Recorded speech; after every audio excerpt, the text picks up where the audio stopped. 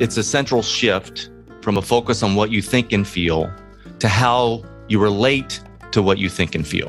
Exactly. Is that right? You can easily take problem solving and actually let it lead you to the most insane thing a human being can do, which is leaving the world by their own hand. Oh my gosh. You'd have to rein in an infinite number of combinations. You might as well just say it's infinite. When I've done the math about how many different ways you can relate the things in your life to the other things in your life, you end up with answers that are very, and this is not an exaggeration, I can show you the math of it, more than there are molecules in the universe. I mean, so you might as well just whack-a-mole. say, it's an endless whack-a-mole. It's endless. And if you want to play whack-a-mole, good freaking luck.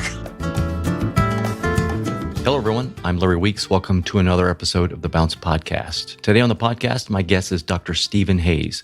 Dr. Hayes is a Nevada Foundation Professor of Psychology in the Behavior Analysis Program at the University of Nevada. He's an author of 46 books and nearly 675 scientific articles. He's especially known for his work on acceptance and commitment therapy, or ACT, which is one of the most widely used and researched new methods of psychological intervention over the last 20 years, and the topic of our podcast. Dr. Hayes has received several national awards, such as the Lifetime Achievement Award from the Association for Behavioral and Cognitive Therapy. His popular book, Get Out of Your Mind and Into Your Life, for a time was the best-selling self-help book in the United States. And his new book, which is also discussed here on the podcast and the one I read, A Liberated Mind, has been recently released to wide acclaim. His TEDx talks and blogs have been viewed or read by over 3 million people, and he is ranked among the most cited psychologists in the world. Our conversation flowed fairly quickly, but it was wide-ranging. I thoroughly enjoyed it.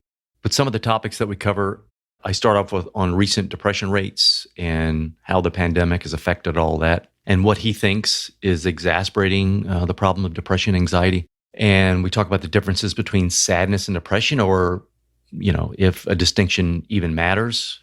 We talk about how our brains and emotions work against us, how to become aware of just how automatic and complicated our thought processes are. And we talk a little bit about ACT and process-based therapy and the challenge of a purely cognitive-based therapy, and the issue of relational thinking and treating negative thoughts as a problem. We explore the adage, what you resist persists. We talk about what he labels as the dictator in our heads. And then he gives some methods of how we can relate to our thoughts that would give us some space from being caught up in them so that we can notice and then manage them. Things like diffusion, externalizing voices, giving your mind a name. And we also talk about what he calls the child perspective frame, which is very interesting. So without further ado, here's Dr. Stephen Hayes. Are you California? No, Nevada? Nevada, but it's California time. We're nestled right in there. Is it Nevada or Nevada? It's Nevada, and good catch, because if you had said what you said publicly, people would have said Nevada. I don't know why. It's kind of a joke. It's not a huge difference, but yes, I mean, you can certainly pick it up. But I don't know. If you're native, that must be a big deal or something. Anyway. It's a bastardization of Spanish, of course. It just means snow. I did not know that. It's just Nevada, even softer, as a matter of fact, in Spanish. But Yahoos. I'm learning so much about Nevada. Stephen, welcome to the show. I'm really happy to be here with you. I'm very excited to talk with you. I was reading an article yesterday in preparation for our chat about the depression rates in the U.S. Basically, this is from Boston University. Depression rates in the U.S. tripled when the pandemic first hit. Now they're even worse. So it jumped from 8.5 before the pandemic to 27.8, so 28% effectively. And then this article states that it's elevated even further in 2021. So we're now in 2022, we're recording this. It's climbed to 32%. So now 1 in every 3 American adults, I'm obviously addressing the US here. And they say that they would expect a depression to peak following some kind of traumatic event, which the pandemic certainly was. A lot of people lost family, friends, and what have you. But then they found that 12 months in, the depression remained high. I guess that's not surprising. Now, Stephen, how do we know the difference between sadness and depression, or does it matter effectively, the differences between the two, right? So I can see people, especially those who are single, locked into their apartment for, 18 months. That's going to depress anybody, but does it matter what we call this? It might. And I think sometimes we make mistakes on that because we've created biomedical categories, syndromes, in hopes of finding why. Where does it come from? How does it work out over time? And what can we do about it? And, in the 50-year chase that we've done of syndromizing the human condition, turning it into lists of signs and symptoms that fit some normative category, there's not a single example of one turning into a disease where where did it come from? How does it work mechanistically over time? What are the processes that lead to the problem? And how do you respond to treatment? There's massive amounts of support for talking that way. And I get that. You take this kind of thing of how many people have, and the word have comes in as if it's visited upon you, depression. We're headed into rates where, half the human population is going to have one or another of these categories. But really what's going on is we're mismanaging our lives, and we're being actively encouraged to do that. I'll give you an example. As soon as you say, I have, the medications flow. 1 out of 4 women last year in the US of A were on antidepressant, so-called medication. It's really a marketing term, not antidepressants.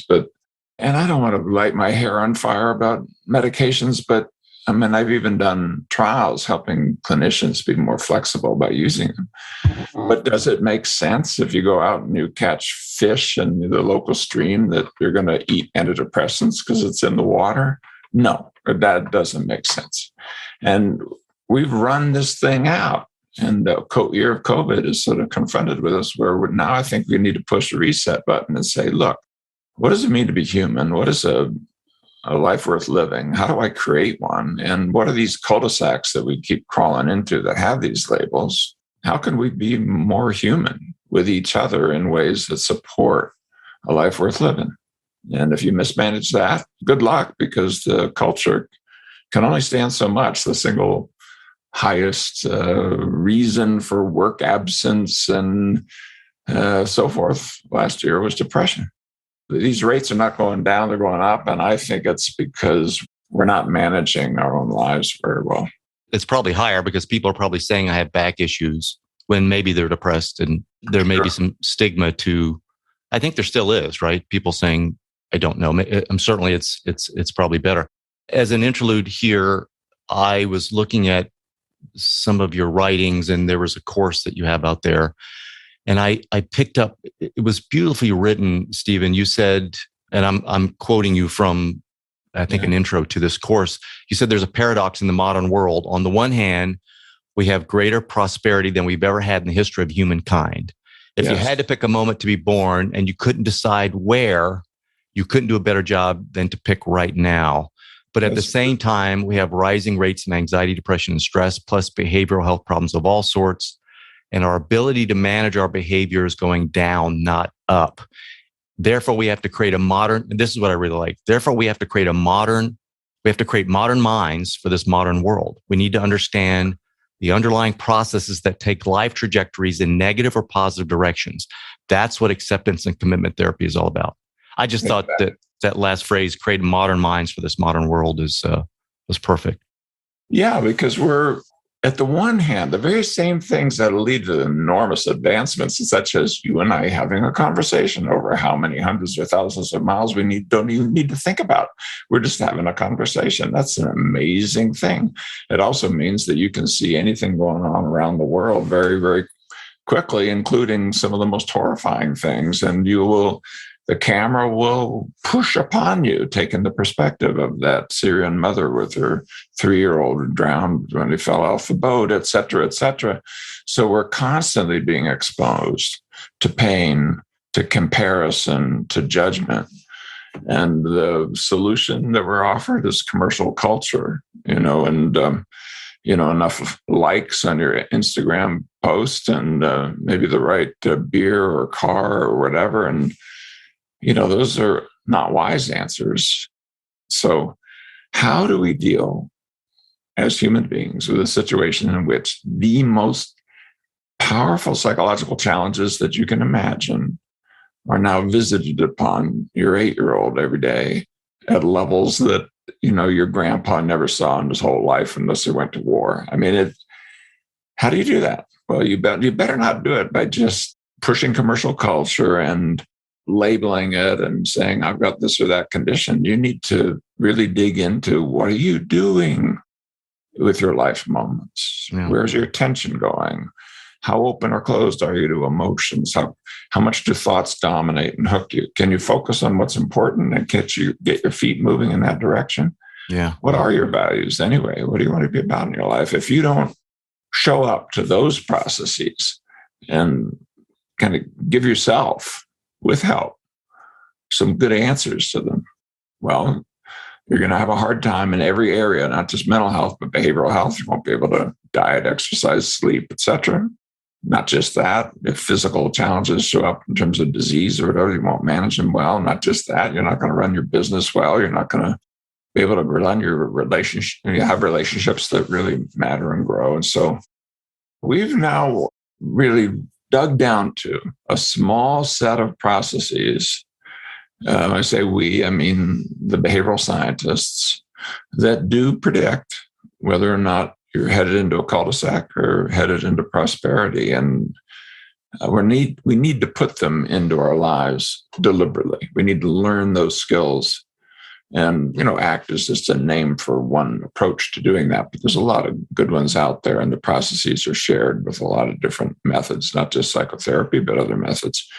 But we know what they are. So you can learn them and focus on them and do better.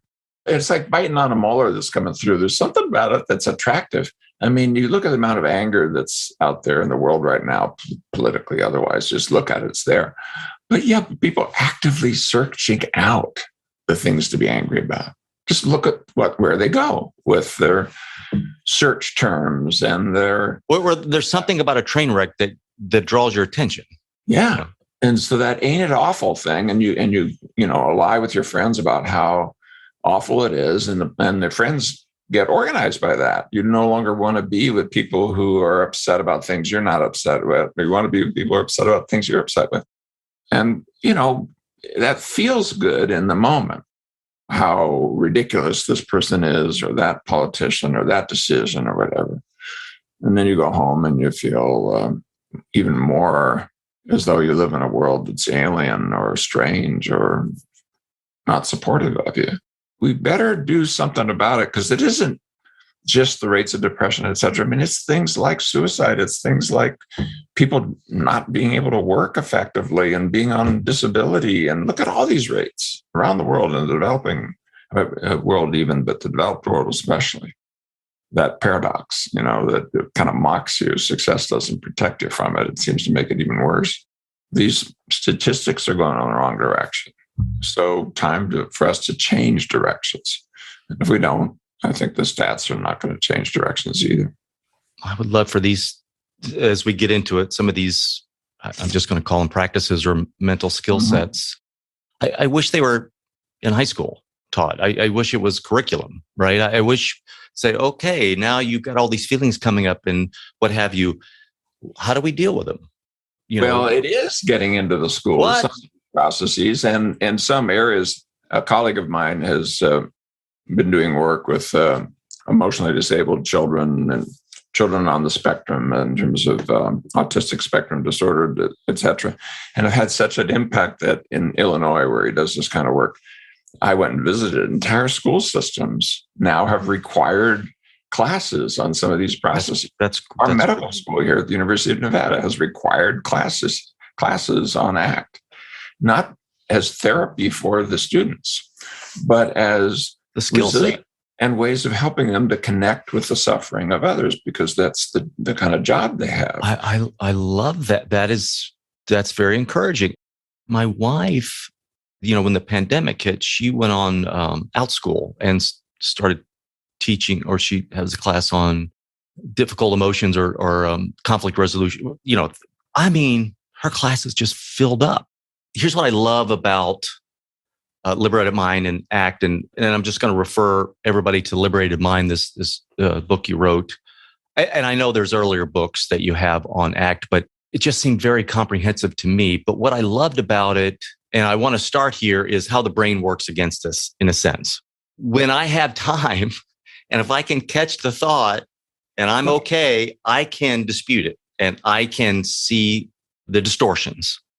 But so many of my thoughts, or I should say my feelings, I don't even know what the thoughts are. The feeling is negative. I feel bad or mad before I've even processed, Stephen, what the thought is. And many times I have a hard time saying, what is going on? And some of these awareness practices let me sit with it and just see this, this circus going on in my head. When I get to that level, I can then, and only then for me, say, okay, that thought is wrong. That's an exaggeration. You're predicting the future. You're mind reading, blah, blah, blah. But there's so many times I can't get to that level. So that's why I love it about ACT, because it seems to address, hey, here's how our brains work. Here's how our emotions work. Let me just tie into, why we especially need it now. We've been riding a tiger as a human species. We invented this cool thing that you and I are doing right now of symbolic relational learning, the symbolic mind. And the rest of the creation is out there doing pretty well without it. They learn on the basis of contingencies and associations, and we learn on the basis of rules and symbolic thinking in addition to those other things. And that's a couple 100,000 years old, couple million years old. In evolutionary terms, nothing. In evolutionary terms, like yesterday. The world has changed because of that, because we're able to imagine worlds that have never been and create technology and so forth. And with each leap forward, that's great, but it gives you more of a challenge, from the written language and books to radio and television and computers that you're carrying in your pocket. And so time's up. It's time for us to now figure out a way to harmonize because what's happening. Because you're talking about this in terms of brain. We have basic brain functions that are 1,000 times older than the functions that allow us to do what you and I are doing right now. And human thinking about who are you? What's your life about? What's important? What isn't an emotion? What's a thought, etc., can overwhelm your ability to actually step back and to kind of even notice what's going on. It leads to this perspective taking sense of self that's critical to meditation. But you then need to, if you can get there, and all the major religions emerged always out of mystical folks. People have had some transformational mystical experience. That's always where it starts. And it's always by reining in the excesses of analytical, judgmental language. And then they go out and start talking about it. Soon enough, it becomes rules that people have religious wars about. And it isn't by accident, whether it's contemplative prayer from Christian mystics or the Sufis or the Jewish mystics and the Kabbalah and the, Hinduism, Buddhism, and they all have practices to rein in the excesses of judgmental language and to show up in the present moment more consciously and being able to allocate attention. The Stoics, Romans, all of them. And so, but now it's got to the point where our kids need to be little baby Buddhas or little, wiser creatures than we are, because the flow of judgment, comparison, information, horror, etc., is just drowning us. And so I think you're right. This noticing sense of self or awareness that you can practice with meditation. If you're uncomfortable, you can put it in the context of any of your major religious and wisdom traditions. When you find that way to get centered in consciousness, and then take that little step back that's not dissociative or avoidant, but to allow perspective. The metaphor I give, it's like putting your nose on a painting and then having somebody ask you, what's the painting about? You're not going to be able to say very much. But if you can step back a couple feet, you can appreciate it, notice it. Same thing with your thoughts, same thing with your bodily sensations, with your emotions, same thing with your urges and predispositions. So these are some of the skills. I call them flexibility skills, resilience skills, you could say. We've identified, and they start with, I think you're right, you can't deploy the skills until you catch that there's a part of you that can take a little step back, not to avoid or diminish, but to get perspective on, and then be able to have that little gap of time where you can apply some wiser mind skills to the automatic, push, pull, click, being jerked around by your programming that happens with strings of thoughts, strings of emotions, habits of behavior, and so forth, so that you can put some choice in there. What should I do when I feel this? In fact, what am I feeling at all? Can I notice it, describe it, say where it is? Have I noticed anything about what's going on in the external world that kicked it off? And then what am I going to do about that? And some of those things are old and in your history, and they're not going to go away. There's no delete button in the nervous system that's healthy. You go to your grave with your memory of sad events, traumas, etc. They have no place else to go. Once they're in your underlying neurobiology, they sit there and they're ready to knock you off, not because they're trying to be evil, but just because the human condition is complex and you get knocked off balance. So I'm with you. Start with a sense of self, this kind of witnessing, flexible, noticing, observing sense of self that shows up inside our meditative practices and wisdom traditions. Yeah. So I did this thought experiment, in silent by myself, try to predict my next thought. And if people out there listening to this is an interesting exercise, I think, because it seems to me, Stephen, that the problems I've had is identifying with a thought or taking it to be true just because I'm thinking it.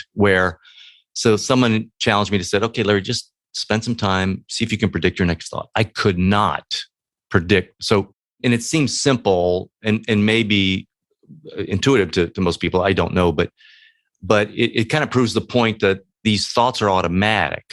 And the other thing is, I'm playing tennis, and this is where it really shown for me. I'm a tennis player, and I'm playing, and I want to have fun. It's beautiful out. I'm playing with a friend, blah, blah. And then I get overly competitive and I get mad and I get frustrated. And I'm thinking to myself, do I really want to be frustrated? I came out here to have fun. I paid for this, right? But again, it proves the point that it's not a voluntary thing. What's happened, my brain is evolution is just spitting out. You call it the dictator, I think. Right. Yeah. In liberated mind, there's this, even though it's my brain, it's not what I really want. It's just an automatic thing. So I say that, Stephen, because it was a big help to me to get some distance to realize, wait a minute, these thoughts are just happening. I'm not saying a negative thought, please, would you please show up and make my day horrible? I'm not doing, it's just happening. So that is the management. I mean, that doesn't get us out of anxiety and depression. But again, I'm going back to awareness. I think you're exactly right. And, these things are conditioned and programmed. But the thing that's different about relational learning is it's incredibly flexible. The way I usually show this is by asking people to just look around their environment and pick two objects. So I'll ask you to do that, Larry. Pick two objects that you can see. Okay. Tell me what they are. A pen and a pad of paper. Okay. So I had the relation in my mind, the father of. And so how is the pad of paper the father of the pen? Well, right now, visually, the pen is sitting on top of the pad, and the pad is much bigger than the pen. Okay. So it's kind of holding it. That's a sense of it. That's awesome. We could do maybe somebody drew the plan for a pen originally on a pad of paper, very much like that. Oh, I see where you're going. I see where you're going. So you can go through, you flip around the other way, of course. How's the pen the father of a pad of paper? That's what I'm thinking. The pad has grown up, has gotten bigger than the father. The awesome. Pen is admiring the, I can do it. You can do it. And probably, and when you give an answer like that, you say, yeah, that's kind of apt. That fits. That's good, right? But the thing is, you can do this with any set of nouns or verbs or any relation. I took as the father of just because it's a weird relation, but it could be better than, faster than, prettier than, different from, opposite to. You'd be able to do it. Well, when you do the math on that, and that's what human language does. That's the new thing. That's the thing. If you go back to the smoking, we relate. The brain connects things or relates things. Is that? Yeah, but we usually think of it as connection or association, like one thing connects to the other, like chalk on this hand gets to the other hand. And we've tried to make that work as a theory of cognition for 300 years and never did. And a better way to think of it is that it's a relation, but you can have multiple different kinds. So you could have ones of connection, association, but it can be comparison. It could be before and after. It can be here and just there. Some kind of relation. Some sort of relation. Yeah. Okay. Of which there are scores. But my point here being that if you can relate anything to anything else in any possible way, it means that for you to rein in your mind and have it only give you one particular thing, you'd have to rein in an infinite number of combinations. You might as well just say it's infinite. When I've done the math about how many different ways you can relate the things in your life to the other things in your life, you end up with answers that are and this is not an exaggeration, I can show you the math of it, more than there are molecules in the universe. I mean, so you might as well just say it's an endless whack-a-mole. It's endless. And if you want to play whack-a-mole, good freaking luck. So this is interesting because this is, to me, where I have a limited effectiveness for myself. I'm just talking for myself with thought disputing, taking the thoughts and saying, well, that's not true. If there's enough of them, we're using the whack-a-mole, I get exhausted and I give up, right? Because another one comes up. It is effective, but it just depends. I think your point then is that's the limitation, right? For just addressing a thought, and saying, okay, that thought. Yeah, and I'm fine with looking for the evidence and so forth, with particular ones that are sticky. But first, let's get to that spirit of being able to surf the reality that we live in, to be able to. Oh, I love that. I love that. Because there's this edge, this wave, and it's gigantic and it's susceptible to every moment of your history. Hold that thought. Tell me if this is the crux of ACT here. It's a central shift from a focus on what you think and feel to how you relate to what you think and feel. Exactly. Is that right? Exactly. And that surf metaphor of, instead of getting in there, the content of, oh my God, I'm thinking this instead of that, or I'm feeling bad, or the body gave me this twinge, or I had this memory, or, this, what happened? When will that trauma ever go away? When will the anxiety and fear ever stop? And putting your life on hold and often amplifying these various things. I mean, you're looking at a person who's a panic disordered person in recovery. That's how my ACT journey began. And, at the point at which I had nominated anxiety as the single thing to be most anxious about, I was caught in a self-amplifying loop of watching out for anxiety, which of course just pumped in more anxiety. Hello, when you're watching out for something that might happen that's bad, that a natural response to that is anxiety, is it not? Of course it is. Well, once you're anxious about anxiety, and now you've got a little amplifying loop that can lead into panic attacks and so forth. Are you saying when you have an aversion to or resist an emotion, that what's the trite saying? What you resist persists. Is that exactly? You're now stuck on it. That's true. That's okay. Importance. You've made it as if it's true and needs to be responded to, and are often, just to sort of add a cherry on top, after a short delay in which it looks like you've made this thing work, it is even more likely. That's true with thoughts, feelings, memories, bodily sensations. Say that again. I didn't get that. Well, when you suppress and push down, you're even more likely to experience what you suppressed and pushed down after a short delay. After a short little valley, the next peak is going to be higher than the last time. Well, let's ring a bell right here. That seems critical.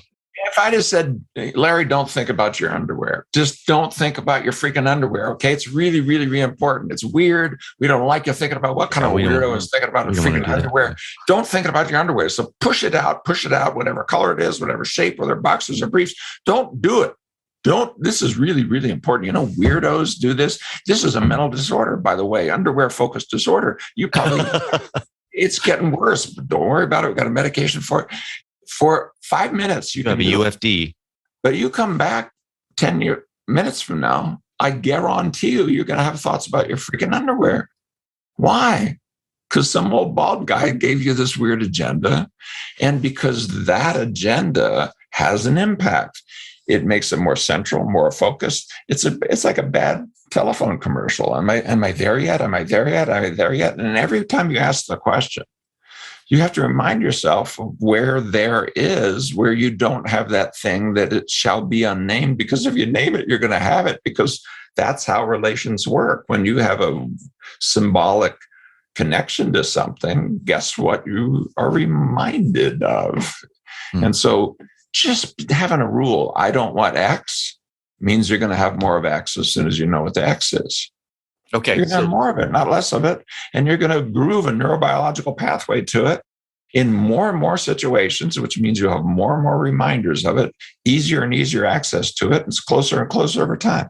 And I know some people who are listening to me have experienced this, whether you're dealing with, not thinking about the loss of a loved one or a relationship that you trashed and you didn't mean to, and you really bemoan the fact that, et cetera, et cetera.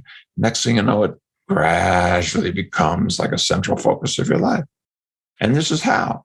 And so you need to learn how it happens so that you can respectfully decline the invitation of your mind to do it. But it's logical, reasonable, sensible, and pathological. Right. I mean, if it's bringing up negative feelings, I don't want it. So yeah, some people will distract themselves or medicate or drink or whatever just to kind of alleviate. But we don't want to fight it. And I don't want to oversimplify this. We don't want to fight it. So if we welcome it, so first, how do we, give us a technique for welcoming it? There's some meditation techniques that I've learned that are helpful. But if we're welcoming a negative thought or feeling, whatever it is, how do we keep from tipping over to rumination? Yeah, exactly. So what your mind says is, look, if I wasn't always watching out and figuring out a way to move this off and et cetera, I'd be wallowing in it. I'd be swimming in it. No, because we just established, by the way. Your problem, you're trying to problem solve is the problem. Exactly. Okay. This is not a problem solving situation. Not everything can be solved. Oh my gosh, that's my challenge, Stephen. I want to find a why and I want to fix it. What's going on? Oh my gosh. And we're told that problem solving is the way to solve it, when we know that there are some times in our life where it doesn't. I mean, if you saw sunset tonight, that's beautiful, spectacular, and wonderful, you're going to say, wow. There's going to be a pause, and then you might say something that describes or appreciates what you see, and there'll be a period. You might say, how pink, how beautiful, look at that. But you're not going to say, man, it would be a lot better if that blue one was over there and the pink one was more pink and it was shaped like this, and then this one looks like a bunny rabbit. It'd be better if it looked like a marshmallow. You're not going to do that. But if you do that with you take that same moment of noticing something, good, bad, or different, because you do the same thing with pain. If somebody was in front of you weeping over about something horrible has happened, you're probably just going to start saying, wow, that's so painful to hear.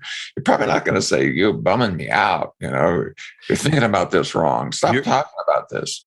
It sounds like you're creating a contrast for us to know what the difference between doing and being is.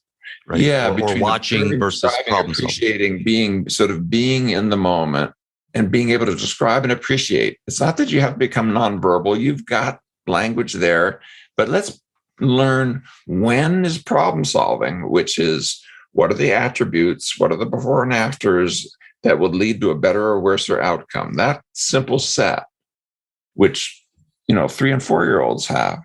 How do you know that? Well, 3 and 4 year olds commit suicide. 2 year olds, no. There's no non-human organism that commits suicide, and there's no single instance of 1 and 2 year old human children committing suicide. 4 or 5, yes, absolutely. So it's very primitive. As soon as when I wrote my first book on ACT, the first 2 sentences were, out of the New York Times. A 6-year-old threw herself in front of a train today. Her authorities said her mother had died of a terminal illness. You know how small you were when you were 5, 6, 4? But you could imagine, I'll be better be in heaven with mama than to live my life without her. You can easily take problem solving and actually let it lead you to the most insane thing a human being can do, which is leaving the world by their own hand. Oh my gosh. It's so primitive. It's so basic. Even practically babies do it, but not true. No, it requires a certain level of, so we need to rein in this. Suicide is problem solving gone wrong. Let's just carry it to because at the end of the day, if you run out of solutions, hey, just take myself out of the picture. That's one thing that an ally that we have right now, because, worldwide, we've gone through our years of COVID.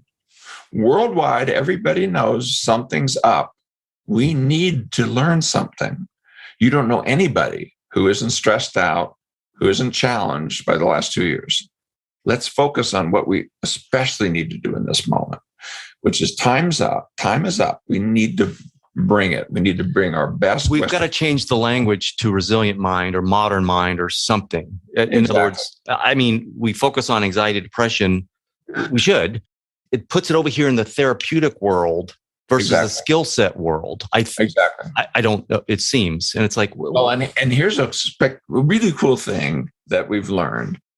If you look at the processes of change that account for positive outcomes in therapy, though the processes of change, the actual sequences, the things people learn how to do are the same as the things that predict whether or not you can manage a diet or exercise, whether or not you can have relationships that work or run a business. It's universal. It's universal. We recently wrote a paper where we looked at all the positive psychology interventions, all the ones that are out there, and lifting people up, and they're the same processes. So my colleagues and I have completed a study where we looked at every single study ever done in any psychological intervention of any kind for a psychosocial outcome, where they did the proper statistical procedures to figure out what the process of change was. How did you get from here to the positive outcomes? Looking at 55,000 studies, it took us 2.5 years to do it. I just yesterday sent off to my colleagues the final list of what those processes are. And they're a very small set. You need to learn to be more flexible with emotions and cognitions, to show up in the present moment and allocate attention flexibly from this kind of more observing and aware, noticing sense of self, not this storied self, not the ego, not the persona, not the clown suit you climb into and claim to be, but this part that you were talking about earlier. And then connect with what brings meaning and purpose to you intrinsically, not extrinsically. What are you up to? What are the qualities of being and doing that you want to put in your life? And then organize your behavior around that. Those are 6 things. If you want to get it down to 3, you can say you need to learn to be more open, more aware, and more actively engaged in a values-based life. If you want to get down to 1 thing, you need to be more psychologically flexible. There are times to correct your thoughts. I'm not saying that, but do it in a way that encourages cognitive flexibility, not in a way that hammers yourself for difficult emotions, thoughts, memories, etc. Well, Dr. Burns, and to his credit, he's now adding to the CBT methods, valuing whatever those feelings and negative emotions are. He's added to that model of saying, well, let's appreciate these parts of yourself that are depressed, what have you. So yeah, I could see the whole field moving in that direction. In Liberated Mind, you talk about the dictator. Is the dictator any negative voice or negative thought in our head, or is it specifically self-criticism or something else? Well, we walk around with multiple critical voices, and the dictator's no single one. But people tend to focus on particular negative voices, and sometimes even distill it down to a single one. And all I'm using with that metaphor is just reminding you of what you know, that you've known since you were 4 or 5 years old, and you understood the Disney cartoon with Goofy with horns on one shoulder and Goofy with a halo on the other shoulder. You've lived inside the cacophony, the argumentative kind of thing, and that poking and prodding voice that's telling you that there's something wrong with you and you need to do X, Y, Z or else. And very, very often is the grease on the wheels to more of exactly that.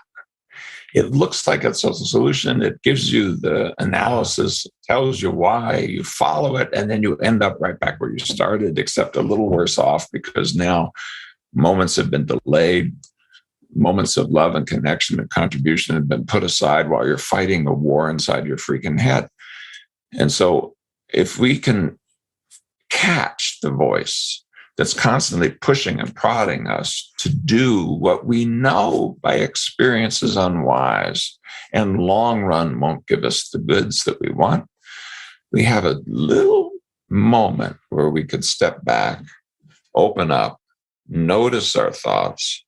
And yeah, you can bring some rational correction to them. That's fine, but not a life and death struggle with them. They're not going away. They're not under your control.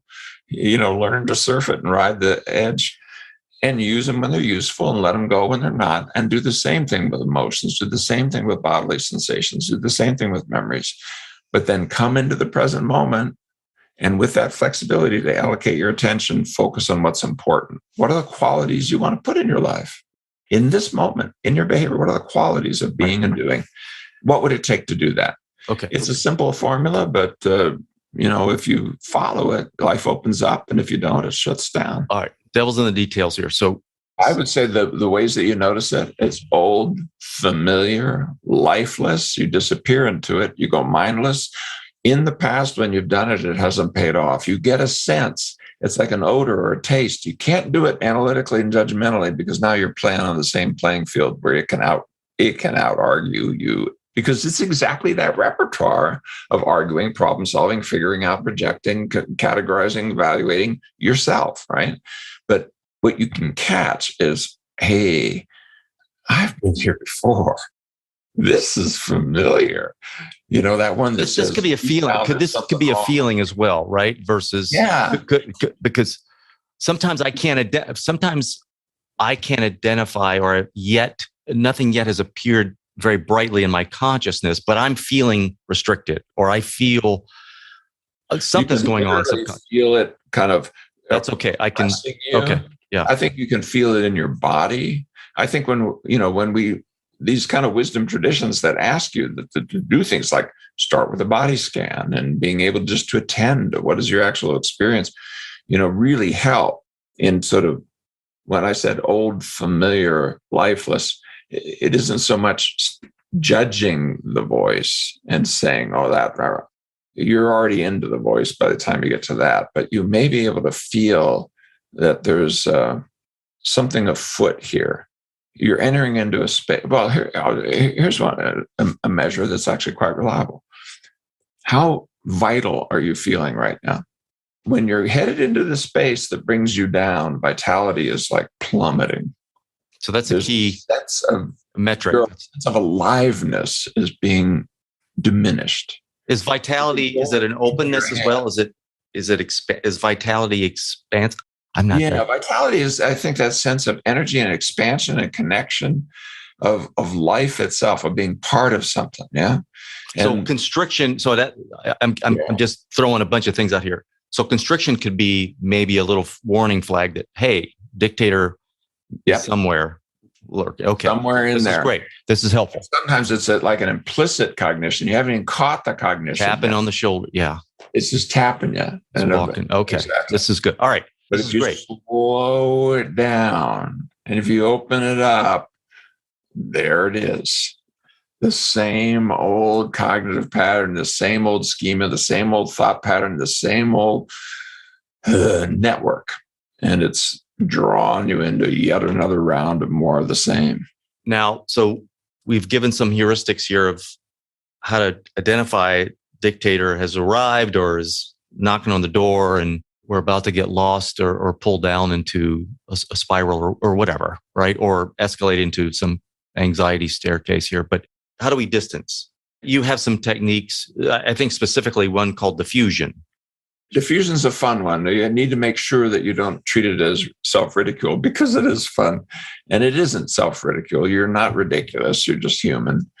But diffusion are methods that create a separation between the observer and the observed, between this witnessing, noticing, pure awareness part of you that holds, like a table holds objects put in front of you, like your desk in front of you, that holds in consciousness what occurs, and this more automatic push-pull, click-click judgmental mode of minds that, this active network that we don't control. And so when you diffuse, what you do is you create that tiny bit of separation that gives you a moment of choice about how you relate to what your mind is doing and whether or not it's useful and worthy of guiding your behavior in this moment, or if it's more like listening to the kids in the back seat of a car where it's like, there they go again. And you know full well that if you get into the argument or focus on them, your drive's not going to be very pleasant. Your task there is to let this the argument gives you a little go space. This puts a little wedge. Put a little wedge there, put your eyes on the road, maybe appreciate what's going on around you. Okay. And so you have that sense of direction, but also appreciation. There's probably beautiful things going on other than what's going on in the backseat of the car. We all have the skills under certain circumstances to do this, but we need to transfer them to what our minds are doing to us. Right. And so that habit, I'll give you an example of a couple of diffusion things. Just so you have a sense. Give your mind a name. And when you notice that a thought showed up, actually tag it as coming from a person of that name. So what does George have to say about this? George is my mind's name, but you can name it Mr. Mind if you don't want to name it. Does it matter? Doesn't matter. And when you're getting a good talking to, thank George or Sally or whoever it is for trying to be of use to you, because sometimes it is useful. Hey, you haven't done your taxes. Hey, you've got to put air in your car before you go to that long trip, or that tire might not. It's very useful to have analytic, judgmental, problem-solving mode of mind, but not always and everywhere. Okay, sometimes you just need the wow of sunsets or suffering, because your mind is not your enemy. It's not your friend either. It's just a tool. It's just a tool in the toolbox. So a little bit of appreciation, good tool to have. Is verbal better than mental? Like if I address it, does it matter?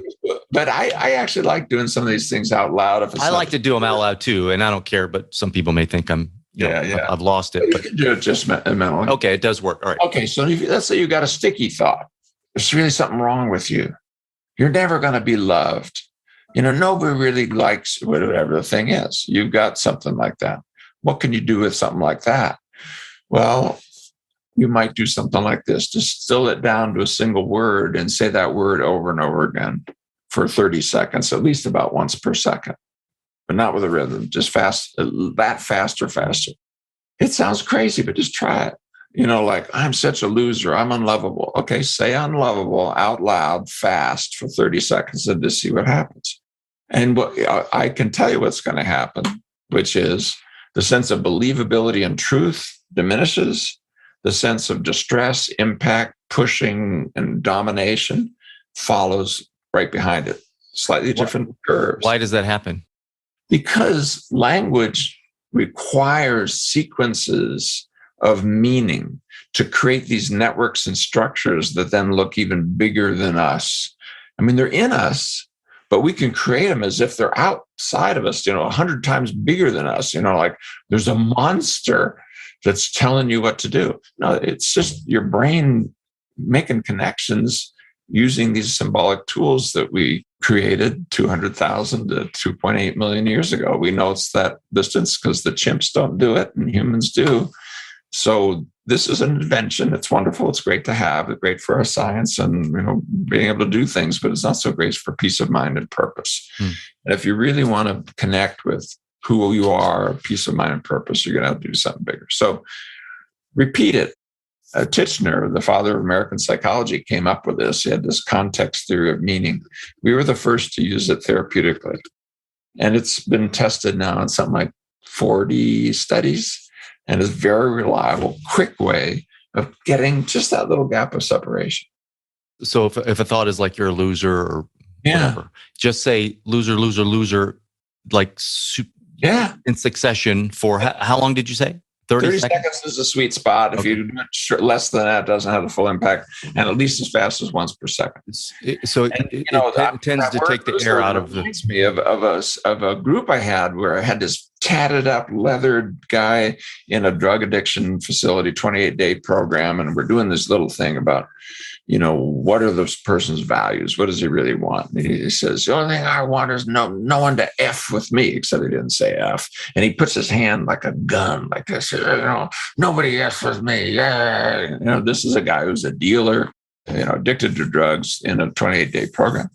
We did this little thing of loser, loser, loser. He is the one who suggested it. I said, give me, of the 8 people in the group, give me a word that shows up that really punches you.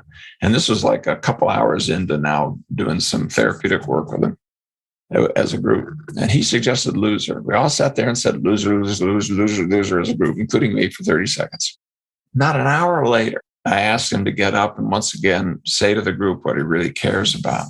And he says, what I really care about is being a good dad. And inside my addiction, I've treated my children horribly. And he starts to weep.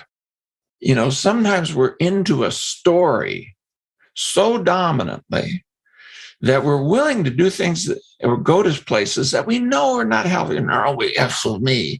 Now, that's the space in which you've trashed your life and the lives of those you love, but you're into it. Yeah. If you can just soften it a little bit and show up and notice that the mind is dictating to you here, and you have a choice, and you can say things like, I want to be a good dad, even though I've been a horrible one inside my addiction. That is precious gold. When you have that choice of, using again or, walking through the pain of letting go of an addiction, and your daughter's focused and not the nobody F's with me being the focus. So, diffusion isn't just a matter of diminishing the domination of the words. It cleared some fog or something. Exactly. There was a value hiding behind this. Exactly. This dictator's. That's on the other side of those difficult emotions, these difficult thoughts are something you're yearning for. What is it?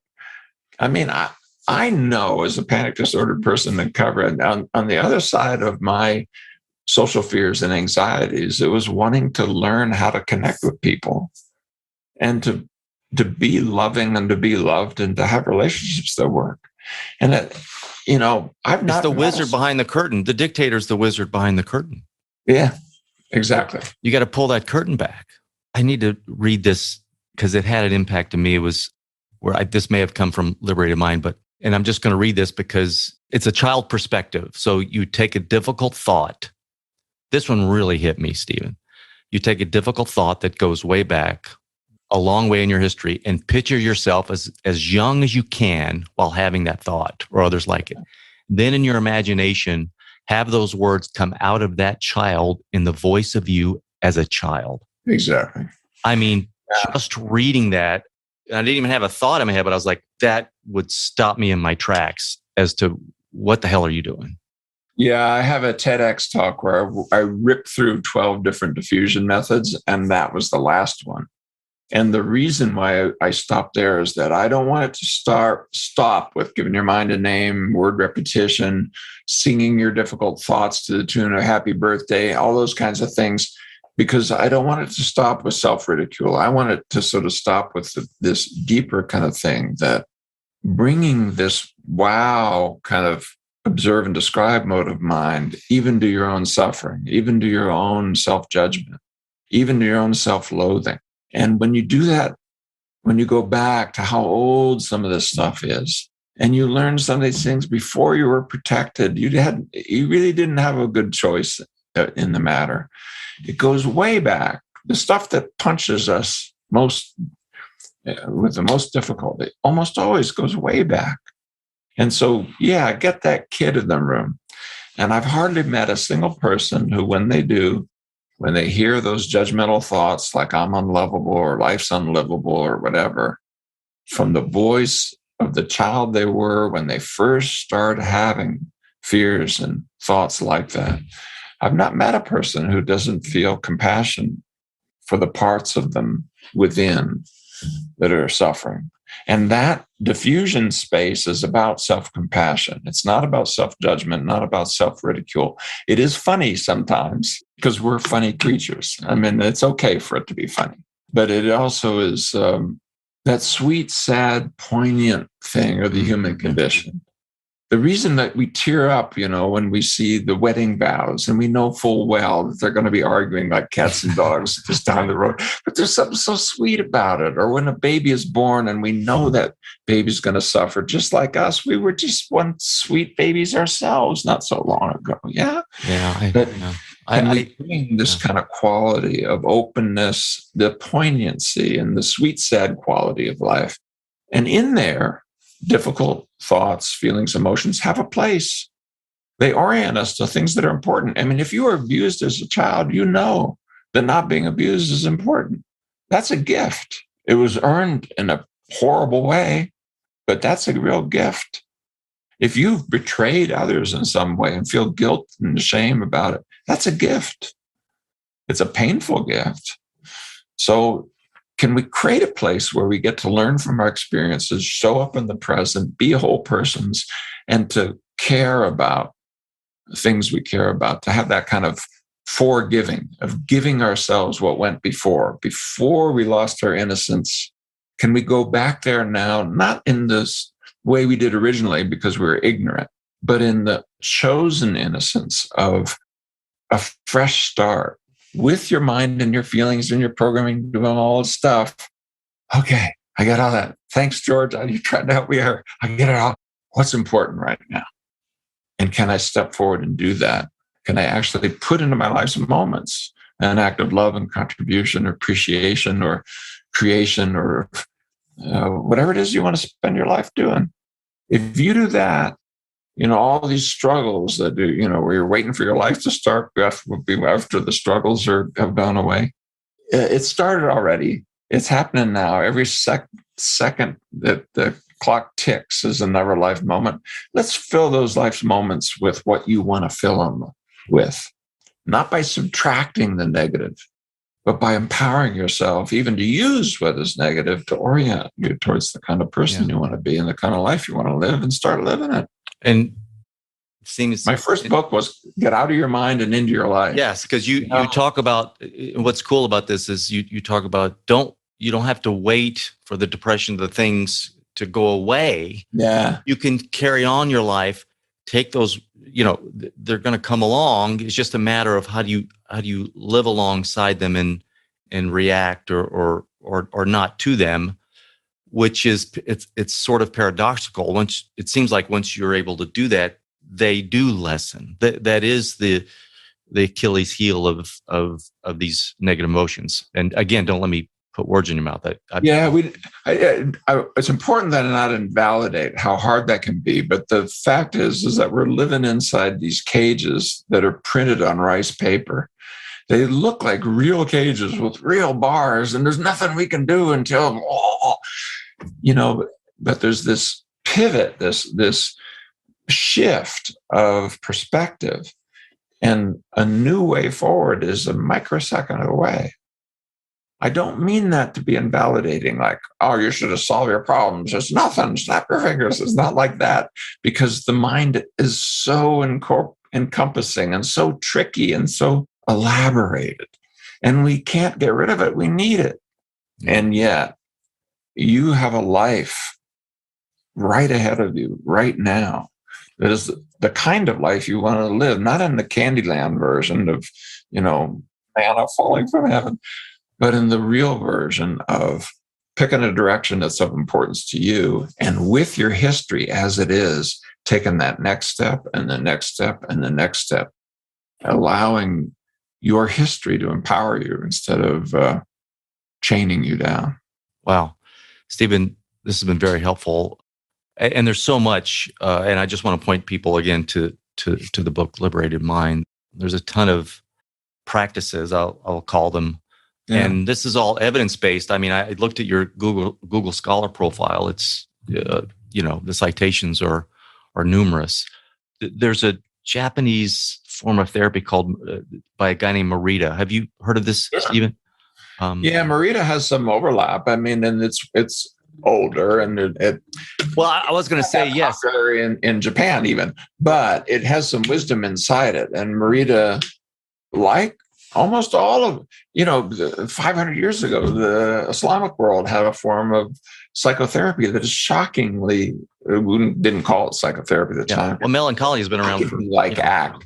I mean, and so we're rediscovering and rediscovering and rediscovering. And I don't really think ACT has very much new in it. Maybe digging out of the processes and being able to focus on things like diffusion, values. What I was going to say is, reading Morita therapy, and I've actually interviewed and talked to a few people that or have carried on the practice of it. And it's basically feel whatever you're feeling and do it anyway, right? Feel the fear, do it anyway, or feel the anxiety, do it. I like the messaging, but it's like, how the heck do you do that? Because my feelings can glue me to my chair, if I allow it. You and the processes around ACT and others have given me at least tool sets to be able to do that. In other words, I haven't known how to just feel whatever this thing is that's immobilizing me and doing something anyway. Because, like I said, the feeling is an anchor on me, and I in inertia and what have you. But these techniques have been helpful to me, and I'm hoping they're helpful to others. And they've been proven, clinically tested, and you've got all this research, but it's helping me to say, okay, this is how you do that. You don't fight the feeling, number one, right? And again, I'm oversimplifying it, but you welcome and you get some distance by welcoming it. You look at it and use some of the techniques, diffusion and others, which gives you some space so that you can move forward. The ACT folks, I mean, it's a worldwide community, and it's not just ACT. And I don't really care about ACT per se. I do care about psychological flexibility. I care about the processes. And around the world, we're generating hundreds of different methods and techniques that are kind of fitted to the modern world because it's modern folks doing it. And but it echoes these traditions. I mean, from the mystical traditions in all of our major religions, things like Morita, which was originally, by the way, done in inpatient, and so it was easier to get folks to actually do it. But it's the kind of thing where I actually, even in the Liberated Mind and Get Out of Your Mind into Your Life, the first self-help book on ACT that beat Harry Potter for one glorious week back in the day when it was written up in Time magazine, 5 minutes of fame. But they're now kind of entering into the mainstream, into schools, into therapy, and so forth. And the thing that's cool about it, I think, is that if we can get the culture to focus on the processes that matter, take advantage of these different places, like in workplace settings or in your church group or in your yoga class or whatever, focus on those processes. It's a small set. It's not a huge set. And we're only talking about 6, 7, 8 things that you need to keep in your head. And learning those skills, there's hundreds of different ways to learn it, but each of these skills is a particular skill. The techniques are the way to get there. You can create a toolkit of the things that help you the most in that small set. I try to teach people how to do that in Liberated Mind.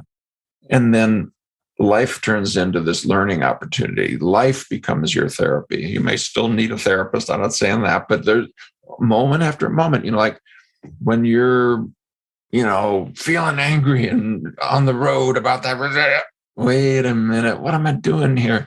You can catch that opportunity to learn when you're really wanting to criticize your spouse for this. You can catch if we can bring that kind of spirit to it, life will give you the way forward because you know something about what works and you know something about what doesn't work already. I just finished a study, which is under review right now, where we looked at people around the world and we did this: pick something without telling us that is psychological, something, and not just, I don't have, the money I need or whatever, but something that's sort of more internal, an issue. Now show us with your body, you at your worst when dealing with that. And then we took a picture. Don't tell us what it is. Now, the very same thing, don't change it. You at your best when dealing with that exact same thing. Don't change the thing. Show us with your body as if you were like a sculptor playing, that game of statues you used to play when you were a kid, freezing in place so that people from the outside could guess what was going on the inside for you. Show me you at your best. I mean, from Iran to the outback in Australia, from the three-piece suits of Wall Street to the workaday world of the factory floor, universally, literally, every single person showed a body posture that was, when at their worst, that was more closed, less aware, and less actively engaged. Then at their best, it was more open, more aware, more actively engaged. So, for example, their eyes would close, their head would bow, their arms and hands would cut in, they'd bend at the waist, they might bring their knees up, they might fall to the floor. What is that a metaphor for? Closed, unaware, unactive, unable to grasp, do, approach, right? Conversely, at your best, head comes up, eyes open, arms and hands may go out. Sometimes people adopted a kind of prayerful pose. Feet may come apart, stand up straight. Now look, if every single person out of hundreds showed a posture that was more closed, unaware, and inactive versus open, aware, and active, when they were just asked at their best, at their worst, they're showing a physical metaphor for everything I've just said. They're showing with their bodies everything I've just said for the last hour we've been talking, Larry, which means everybody I'm talking to already knows what I'm saying. There's only one part of you that doesn't. It's between your ears, and it wants to turn everything into a freaking problem-solving approach. And from that point of view, where things do work by vacuuming up dirt off the floor, of course you'd say, I just need to get rid of this painful memory. Of course you'd say that. You can vacuum dirt off the floor, get rid of the painful memory. Yeah, but your nervous system doesn't work that way. It's historical. You know it because you've lived it. But your organ between your ears doesn't know it because it's the problem-solving one-trick pony. That's what is making that judgment about what you should do. So you better listen to more. Listen to your body. Listen to the wisdom of your own experience. Do that work to sort of get centered in awareness. Listen to things that are more implicit and more difficult even to put into words. Find that wisdom within. And you can find a place where peace of mind and purpose is right here. It's just a millisecond away. It's rice paper thin bars that are keeping us inside these narrow, rigid, enclosed, encapsulated, squeezed down lives that our problem-solving mind is pushing us into. So I don't want to be Pollyanna-ish about it. I know it's hard, but it's not hard because it's effortful and a long slog that'll take forever. It's hard because it's tricky. You've got, parts of you that are deceiving you, not because it's evil, but because it just doesn't know how to do what you know how to do. Your logical problem-solving mind knows how to solve problems. It doesn't know how to have peace of mind with purpose. You're going to have to do that. Do it yourself. Do it. Look around. Nobody's watching. So put your body in those two postures of you at your worst, you at your best. Now, then when you're asking, like, how, here's a little thing I could leave you as a how. I mean, there's hundreds of methods. You can do the readings. You can take the courses. You can find the audio book. You can do all that. But here's another thing you can do. Are you doing right now, psychologically and behaviorally, that closed off posture or that open up posture? What would it be like right now for this thing that you're struggling with and trying to change to do that posture that you would just, if you look around the room and you'd actually just have the freedom to do it, that you just showed? In other words, what would it take for you to take what you already know and put it into this moment? And don't just let your judgmental mind answer that. Let your gut answer that. Let the stuff of poetry and of felt sense give you an answer. You know how to do it, to bring your eyes open, to lift your head, so your arms and hands out. You know how. You just don't know the form. And let's learn. So your mind could have a posture just as well as your body. Yeah, exactly. That mental posture, that mental The mindset is mental what's posture crushing. of Let's create a posture or a mindset that lifts you up and carries you forward. And just asking yourself metaphorically, am I close? Which of these two postures am I doing right now? oh, I bet you will give you a more of a guide than a lot of books that you could go out and buy and read. I mean, it's right there I love it. Yeah. in your heart. Yeah.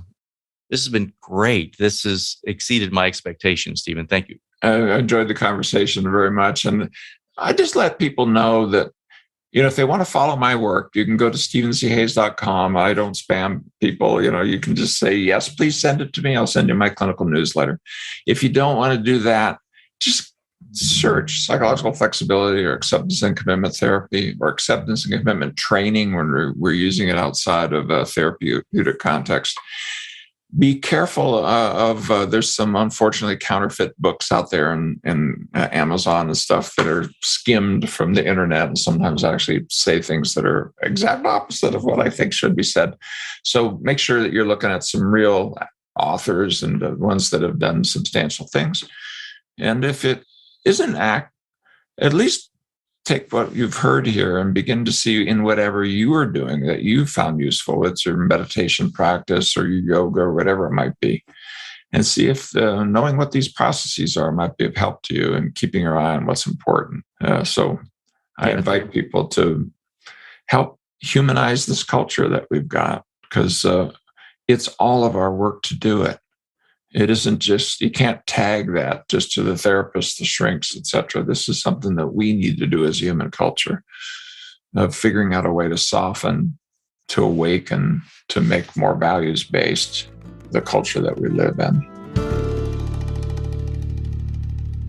So just one quick interjection before we wrap up the podcast. I'd like to give you an old parable about the Buddha, and I'm going to give it to you in my vernacular here, and I'm paraphrasing, but keeping the gist of the story. So the parable goes like this. There's a farmer who comes to meet the Buddha because he's heard he's a brilliant teacher. And the farmer's dealing with a lot of problems and difficulties, and he hopes the Buddha will assist him in resolving them. So he comes to the Buddha and he says, hey, I enjoy farming, but my crops fail when it doesn't rain enough. And we almost had a famine last year. When it does rain, it floods sometimes. And then my harvests aren't as good as I'd like. And the Buddha's just sitting there listening. And the farmer adds, I'm married. She can be a tad annoying. The Buddha's just sitting there. And he goes, I have kids, this farmer. Good kids, but sometimes they don't show me enough respect. And they don't work when I ask them to work or do what I say. And the farmer goes on in this way, outlining problem after problem, all his concerns. And then after he gets it all out, he calms himself and he's just waiting for the Buddha to wax eloquent and help him out. And the Buddha says, I can't help you. And the farmer says, what do you mean? The Buddha says, everyone has troubles. In truth, we all have 83 problems. Each and every one of us. There are 83. And there's nothing you can do about them. You might be able to fix one if you work really hard at it, but if you do, another one's going to appear in its place. For example, you will ultimately lose your loved ones. You're also going to die at some point. Now, there's a problem, and there's nothing you or I or anyone else can do about it. And the farmer is furious. And he says, I thought you were a great teacher. He's shouting, I thought you could help me. What good is your teaching? And the Buddha just listened, and he said, well, maybe this will help you with the 84th problem. And if you solve the 84th problem, the other 83 will resolve themselves. The farmer says, the 84th problem? What's the 84th problem? And the Buddha says, that you desire to not have any problems. So this is a good lesson on problems, generally, where we compound a problem by thinking we shouldn't have any problems. So there's that. But I'm applying it in this context as it relates to negative thoughts and emotions. We believe that, like our negative thoughts, we have to deal with our problems in a way that eliminates them. But in doing so, we try to make reality into something other than what it is. And at some level, this not only doesn't work, but it makes it worse.